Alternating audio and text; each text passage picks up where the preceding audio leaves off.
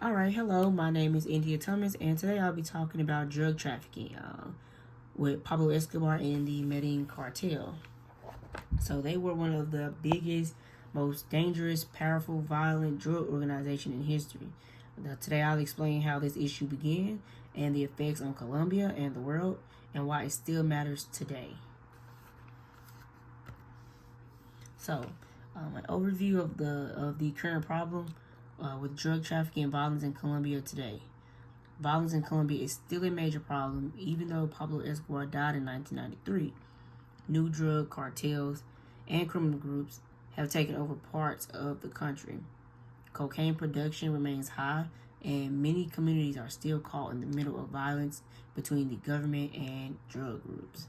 Off to the right, you can see one of the drug pipelines or routes from Colombia to the United States, and that is the most recent today. So next we have cause and history of the problem. So how did it start? In 1970, Pablo Escobar began smuggling cocaine into the U.S. He found the Medellin cartel, which made billions of dollars and gained enormous power.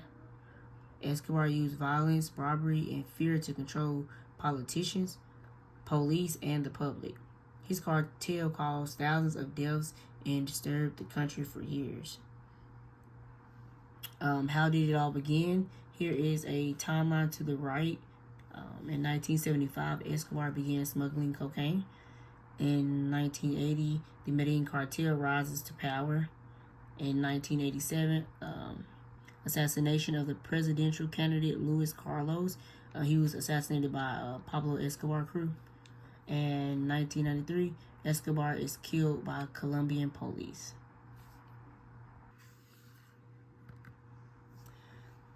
Okay, so next we're going to talk about the current state of the problem. What is happening now? So before we get started, key players in this situation is the Clan del Golfo. They English is Gulf Clan. They are Colombia's largest drug cartel as of right now. Next we have FARC.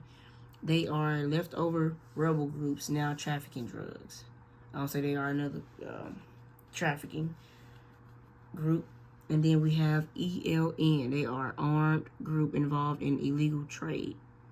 Last, we have government force and USDA. They are trying to reduce the drug trade. Okay, so sadly, after Pablo Escobar died, the Medellin cartel did fall apart, but they didn't stop anything. Other groups did fill the gap. The Clan de Golfo is now one of the most powerful cartels in Colombia. Leftover guerrilla groups like the FARC, they have shifted into drug trafficking. The Colombian government, with help from the U.S., is still fighting these groups, but corruption and violence continues. The cycle will always repeat itself.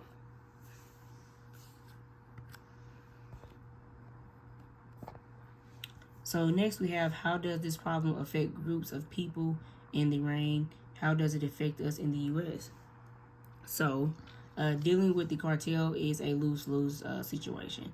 Lots of farmers were often forced to grow cocaine plants, causing them to get killed or hurt in conflict between cartels and the U.S. Army. A lot of times, human rights were ignored, so a lot of the farmers did not have a choice. The U.S.